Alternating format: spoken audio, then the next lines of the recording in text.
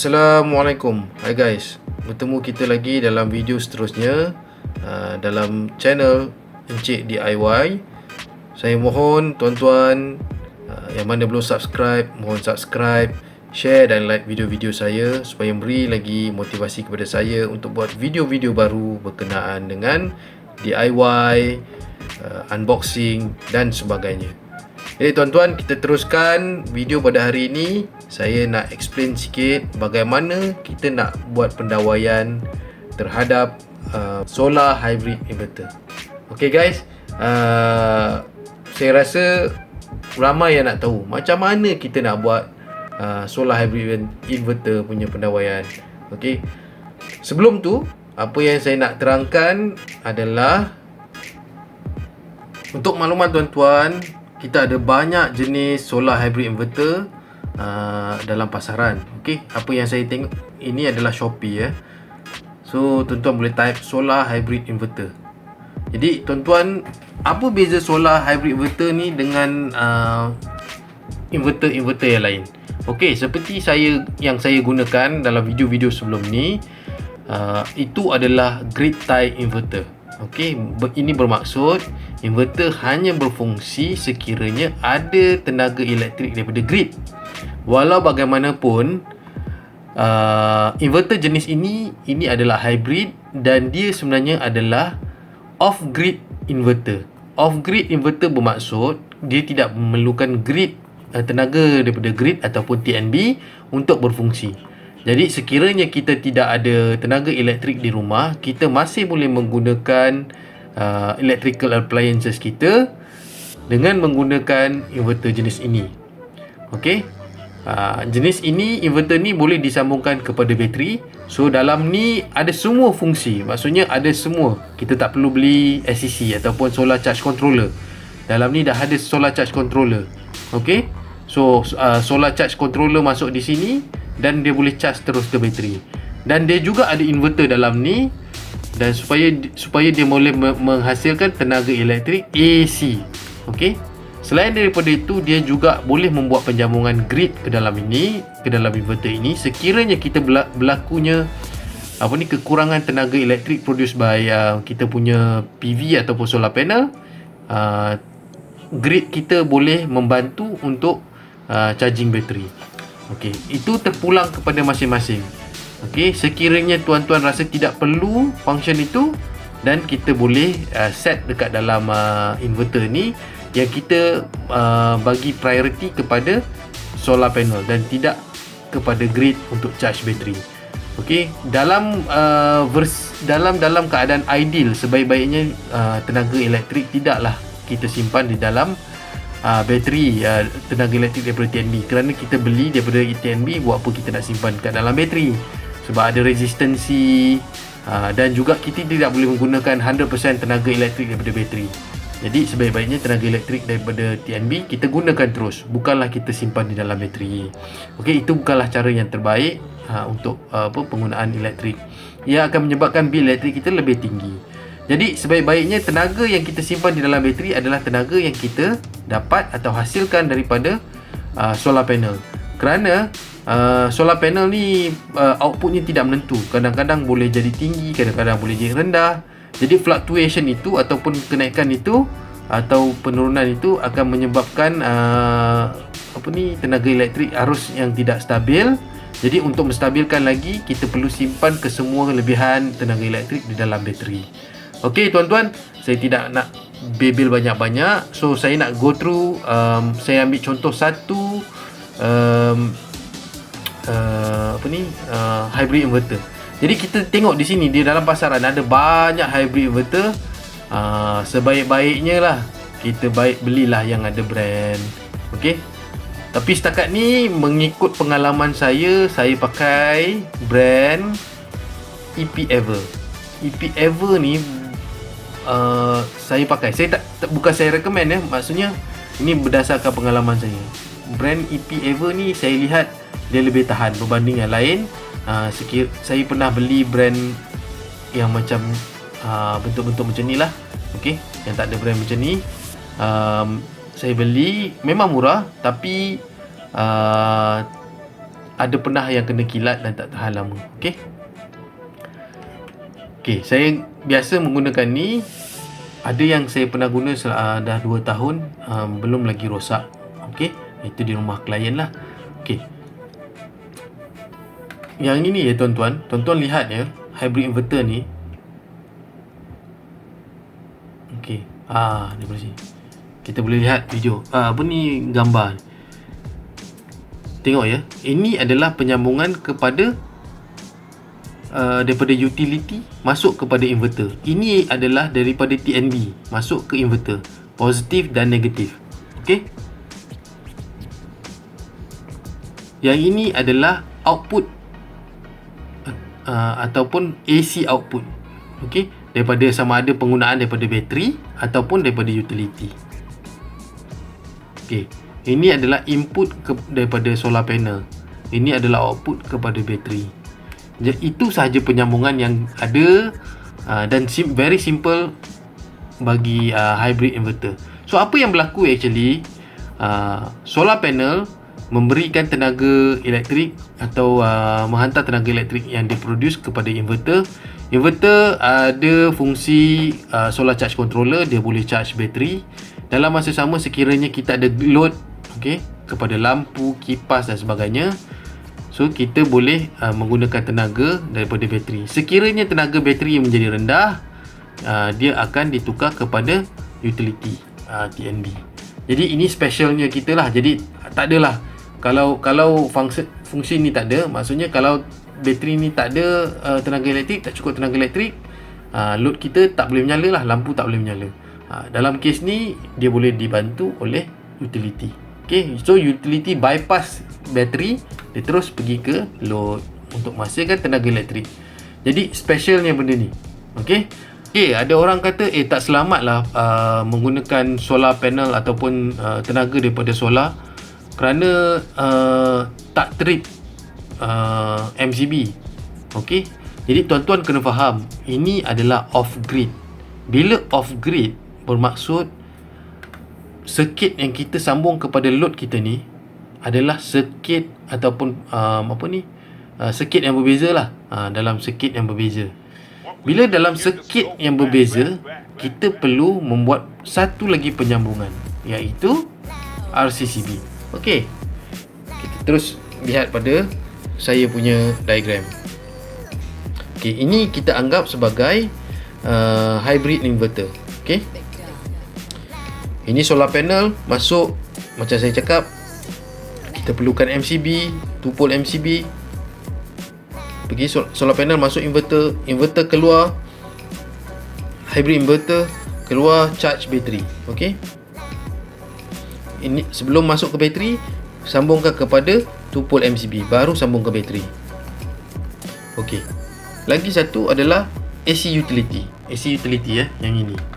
Okey, AC utility masuk, dia daripada RCCB. Okey, daripada rumah kita, daripada main DB ada RCCB. Jadi okey, dah selamat. Kita perlu tambah satu MCB untuk circuit yang ada solar panel ni. Okey, untuk load yang baru ni.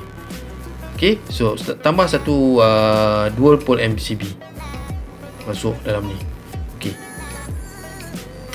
dia tak ada 3 wire. Saya rasa ada 2 wire saja, positif dan negatif. Ini saya salah lah kiranya. So masuk positif dan negatif saja ke dalam ni. Okey, ini adalah AC out. AC out bermaksud adalah mungkin tenaga elektrik tu datang daripada sini, daripada bateri, inverter menukar daripada DC kepada AC, ataupun daripada utility kita bypass terus keluar. Okey, ia bergantung kepada bagaimana kita set kita punya inverter, hybrid inverter. So benda ni macam-macam boleh kita set. Kita boleh set priority kepada solar panel. Solar, so maksudnya dia akan menggunakan tenaga elektrik daripada sini, bateri. Sekiranya bateri dah rendah, dia akan tukar kepada utility. Sekiranya kita nak buat ini adanya sebagai backup, so kita meletakkan utility kita sebagai priority. So dia akan menggunakan utility kita dahulu. Sekiranya tak ada elektrik nanti, ataupun bila tak ada elektrik baru dia menggunakan tenaga daripada bateri ataupun daripada solar. Okey, so solar akan charge bateri. Bateri ni, tenaga yang dalam bateri ni akan digunakan untuk load kita. Okey, jadi tuan-tuan, yang di sini AC out ini, ini yang selalu orang kata bahaya. Okey, AC out ini perlu kita sambungkan sebab dia ada 3 output. Okey, so ada positif atau live, neutral dan earth. Ini perlu kita sambungkan kepada earth ni, kita perlu sambungkan kepada earth yang di main kita. So kita kena tarik wayar satu pergi sini, daripada main DB kita satu pergi sini, dan kita sambungkan kepada RCBO ataupun RCCB. Okey, AC out pergi dekat RCCB. So RCCB akan menggunakan 2 wire, positif, live dan neutral. Sambung. Sekiranya berlaku apa-apa imbalance, current imbalance, dia akan trip di sini. Okey, maksudnya kalau ada shortage ke, dia akan trip. Itu yang selalu bila pakai elektrik, tekan dia punya tester tu tak trip, disebabkan tiada ELCB ataupun RCCB.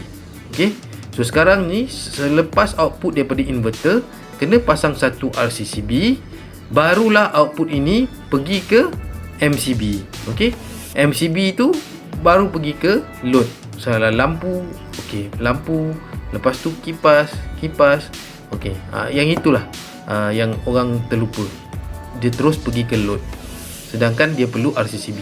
Okey, earth ni kita perlu sambungkan daripada sini pergi ke sini earth, dan sebaik-baiknya output AC ni juga kita loopkan kepada lagi satu SPD, tapi AC SPD.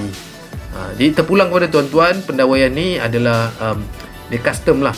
Maksudnya masing-masing ikut kesukaan masing-masing. Kalau saya akan letak lagi satu SPD di sini, sebab kita ada earth, kita ada live dengan neutral. Saya akan letak lagi satu SPD, dan daripada sini outputnya terus pergi ke MCB load. So, kalau kita ada load lain-lain, kita boleh letaklah MCB nya. Bergantung rating MCB tu bergantung pada wayar yang kita guna. Sekiranya kita menggunakan 20 mm 2.5 mm, kita boleh menggunakan 20 MCB AC. Okey tuan-tuan, selain daripada tu, bila kita nak beli inverter ataupun hybrid inverter, apa perkara pertama yang kita perlu buat adalah kita kena tahu spesifikasi inverter tersebut. Berapa kilowatt yang kita nak guna, ataupun berapa watt yang kita nak guna. Okey, dalam kes ni sebaik-baiknya kita kena dapatkanlah manual dia. Okey, daripada manual tu kita boleh baca macam-macam apa yang spesifikasi bagi inverter tersebut. Di sini juga ada bagi tahu bagaimana penyambungan inverter. Okey. Alright, ini juga dia bagi tahu bagaimana nak membaca inverter tu dari segi model sebagainya. Okey, ini adalah EP-Ever punya manual. Dia juga ada bagi tahu berapakah saiz wire dan breaker. Okey, seperti yang tuan-tuan tahu, yang kita tengok tadi adalah model ni, UP5000 M10 atau M10342. Dia cadangkan guna 25 mm wire 2 pole 125 M untuk PV ataupun solar panel. Jadi bergantung kepada kita lah, kita guna berapa M yang kita bawa masuk ke dalam kita bagi kepada kita punya inverter. Kalau kita tahu solar panel kita produce dalam 50M ataupun 60M, kita boleh gunakan 63M sahaja 2 pole. Okey, so tak perlulah sampai 125. Jadi kita kena calculate lah berapakah output secara teori, bergantung kepada solar panel kita. Macam mana kita nak tahu? Kita tengok pada stiker solar panel kita kat belakang tu. Kalau tengok video-video saya sebelum ni mengenai solar panel, ada saya tunjukkan ada stiker solar panel.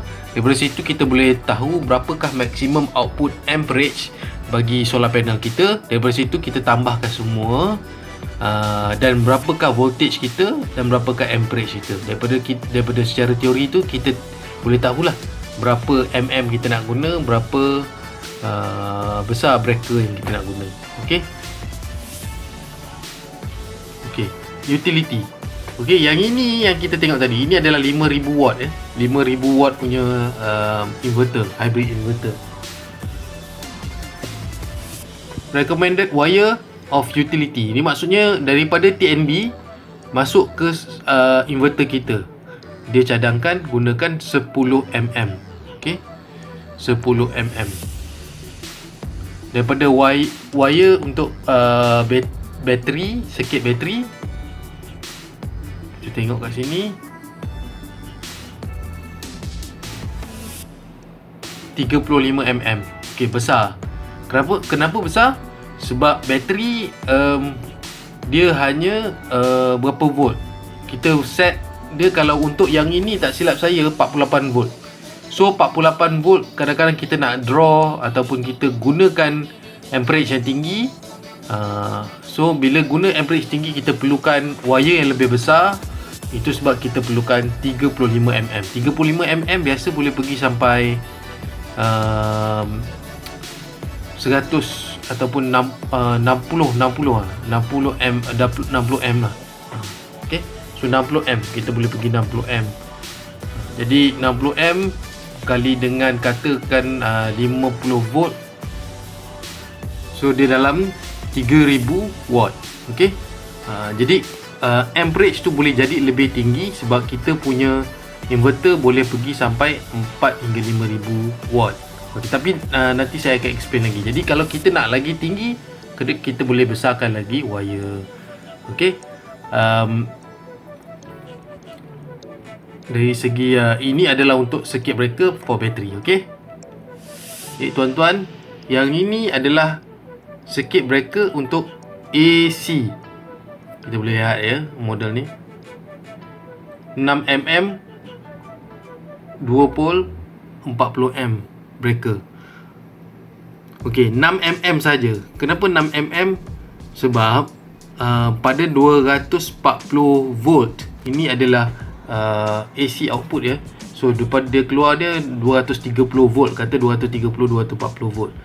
Kalau 6mm ni biasa boleh pergi sampai 30 hingga ke 40M. Okey, so 40 kali dengan 240 volt. Okay, 40M kali 240 volt. Ini bermaksud wire ni boleh menampung sampai 9000 watt. Okey, kalau dia pada dia sebab dia AC output, dia 240 volt atau 230 volt. Okey, so yang ini sudah memadai lah 6mm. Kalau kita nak tambah lagi, saya rasa port dia mungkin tak cukup kot nak sambung. Okey, so ini ada, basically ni adalah recommended. Kita mungkin boleh menambah lagi berapa besar yang kita nak, 8mm mungkin boleh, bergantung. Okey, ini cara mounting dia. Ini cara penyambungan saya dah sentuh. Perkara yang paling important yang okey, ini cara macam mana nak setting priority, grid priority ataupun battery priority. Kalau macam ni kan, utility priority, kita boleh ubah semua setting-setting ni. Dan perkara yang paling important, saya rasa saya nak tunjuk berapa load. Ni technical specification. Ini yang penting saya rasa. Untuk model yang saya tunjuk tadi adalah ini bukan UP. Saya tunjuk tadi adalah model lain. Sekejap ya. Okey, daripada table ni kita tengok yang ini adalah yang model yang saya tunjukkan tadi, UP5000 M10342. Ini adalah inverter atau hybrid inverter yang rated atau pada spesifikasi 5000 watt ataupun 5 kilowatt. Okey, walau bagaimanapun kita tengok inverter output dia, sebenarnya untuk model ni continuous output dia hanya recommend sampai 4000 watt sahaja. Okey, output power 15 minit 5000 watt. So 5000 watt ni kita boleh guna 15 minit je. Overload power 5 second 8000 watt. Maximum surge power 10000 watt. Okey, kadang-kadang kita gunakan motor macam aircon yang electrical appliances yang ada motor lah, macam peti ais ke, dia punya surge power pada permulaannya amat tinggi. Okey, jadi yang macam ni lah yang kita perlukan. Surge power dia tinggi, walaupun mana pun lepas kita dah on, dia akan turun balik. Yang itu kita panggil continuous power. Okay, so continuous power dia boleh sambung sampai 4000, dia boleh support sampai 4000 watt. Jadi kita kena tahulah spesifikasi inverter kita. Dia hanya, walaupun dia rated pada 5000 watt, tapi sebenarnya 15 minit sahaja 5000 watt. Sebenarnya betul-betul dia 4000 watt. Sebaik-baiknya inverter ni janganlah kita bagi dia bekerja keras sampai 4000 watt. Mungkin 3000 watt more than enough. Okey, sekiranya kita rasa tak cukup lah satu inverter ni hanya 3000 watt sahaja, tetapi kita punya load lebih banyak daripada itu, so kita boleh buat parallelkan kita punya inverter, kita tambah lagi satu inverter yang model yang sama, 2, 3 dan 4. Kalau kita rasa load kita banyak dan kita mempunyai solar panel yang banyak, kita boleh buat penyambungan yang begitu. Dan ada cara-cara penyambungan untuk kita sambungkan kedua-dua inverter tersebut. Okey, yang itu tuan-tuan boleh tengok dalam manual dalam manual inverter tuan-tuan lah, kalau tuan-tuan beli. Jadi itu sahaja pandangan saya ataupun explanation saya lah berkenaan dengan hybrid inverter. Jadi saya harap lepas ni tuan-tuan lebih faham mengenai hybrid inverter. Saya mohon tuan-tuan share, like dan subscribe channel saya supaya saya lebih bermotivasi untuk memberi ataupun buat video baru berkenaan DIY, terutamanya solar dan unboxing barang-barang lain.